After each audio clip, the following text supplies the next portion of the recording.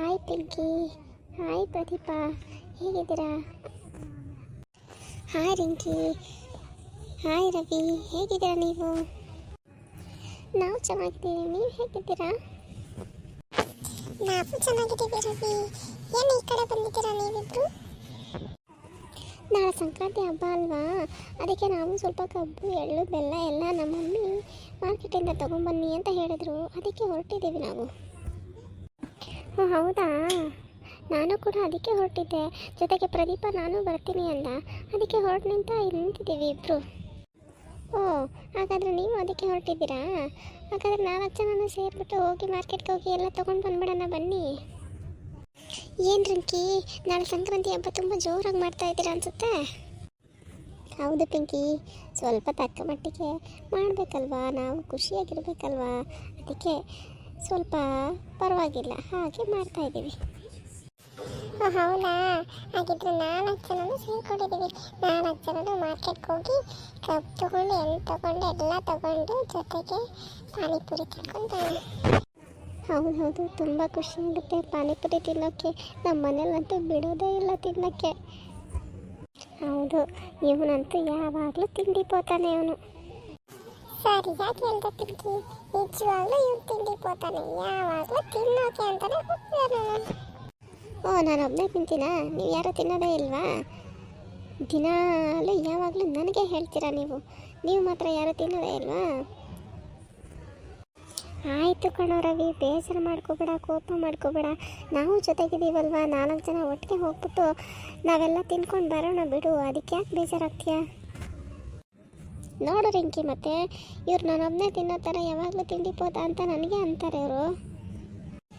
ಆಯಿತು ಬಿಡು ರವಿ, ಸಾರಿ ಆಯಿತಾ, ಸುಮ್ಮನೆ ತಮಾಷೆಗೆ ಅವನೇನೋ ರೇಗಿಸ್ತಾನೆ, ಬಿಡು ಹೋಗಲಿ. ಪಿಂಕಿ, ನಾಳೆ ಯಾವ ಡ್ರೆಸ್ ಹಾಕೋತೀಯ ನೀನು?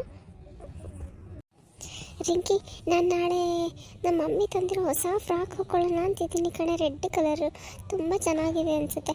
ನೀನು ನೋಡಿಲ್ಲ ಅಲ್ವಾ, ನಾಳೆ ಹಾಕೊಬಂದು ತೋರಿಸ್ತೀನಿ ಬಿಡು. ಅಂದಾಗೆ ನೀನು ಯಾವ ಡ್ರೆಸ್ ಹಾಕೋತೀಯಾ ರಿಂಕಿ? ನಮ್ಮ ಮಮ್ಮಿ ನನಗೆ ಅಂತ ಲೆಹಂಗಾ ಹೊಲಿಸಿದ್ದಾರೆ, ಅದನ್ನೇ ಹಾಕೋತೀನಿ ನಾನು. ಏನು ನೀವಿದ್ರು ಬರೀ ಬಟ್ಟೆ ಬಗ್ಗೆ ಮಾತಾಡ್ತಾ ಇದ್ದೀರಾ, ನಮಗೂ ಸ್ವಲ್ಪ ಮಾತಾಡೋದು ಬಿಡಿ. ಪ್ರದೀಪ, ನೀನೇನು ಹೊಸ ಬಟ್ಟೆ ತಗೊಂಡಿದ್ದೀನೋ ಹಬ್ಬಕ್ಕೆ ನಾಳೆ?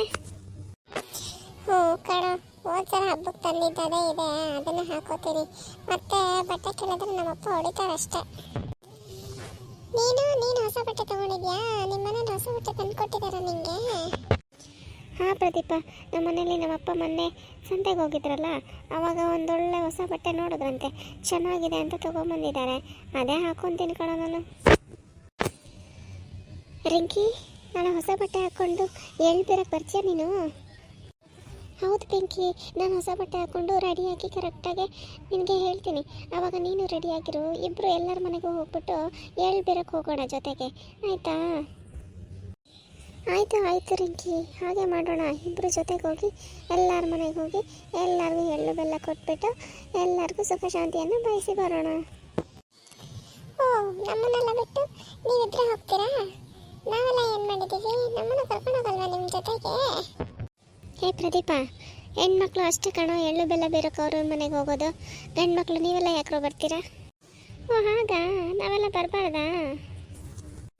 ನೀವೆಲ್ಲ ರೆಡಿ ಆಗಿಬಿಟ್ಟು ಚೆನ್ನಾಗಿ ಆಟ ಆಡಿಕೊಂಡು ಉಣ್ಕೊಂಡು ತಿನ್ಕೊಂಡಿರಿ, ಇದು ಹೆಣ್ಮಕ್ಳ ಹಬ್ಬ, ನಾವೇ ಚೆನ್ನಾಗಿ ಮೇಕಪ್ ಮಾಡಿಕೊಂಡು ರೆಡಿ ಆಗಿಬಿಟ್ಟು ಎಲ್ಲರ ಮನೆಗೂ ಹೋಗ್ಬಿಟ್ಟು ಎಳ್ಳು ಬಿರ್ಬಿಟ್ಟು ಜೊತೆಗೆ ಖುಷಿಯನ್ನು ಬಯಸಿ ಬರ್ತೀವಿ.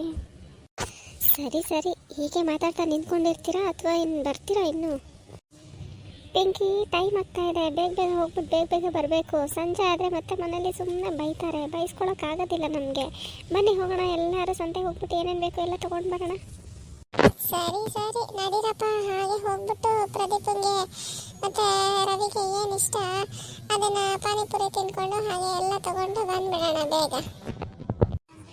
ಪಿಂಕಿ, ಹೂವು ತೊಗೋಬೇಕು, ಹಾಗೆ ನೆನಪಿಸು, ಮರಿಬೇಡ, ನಾಳೆ ಮುಡ್ಕೊಳ್ಳೋಕ್ಕೆ ಹೂವು ಬೇಕಲ್ವ ನಮಗೆ?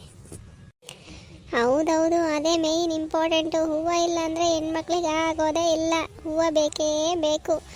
ಆಯಿತು ರಿಂಕಿ, ನಾನು ನೆನಪಿಸ್ತೀನಿ. ಸರಿ, ಮತ್ತೆ ಮಾತಾಡ್ಕೊಂಡು ಇಲ್ಲೇ ನಿಂತಿದ್ದೀರಲ್ಲ, ನಡೀರಿ ಹೋಗೋಣ ಬೇಗ. ನಡೀರಿ ಹೋಗೋಣ, ಬೇಗ ಹೋಗೋಣ.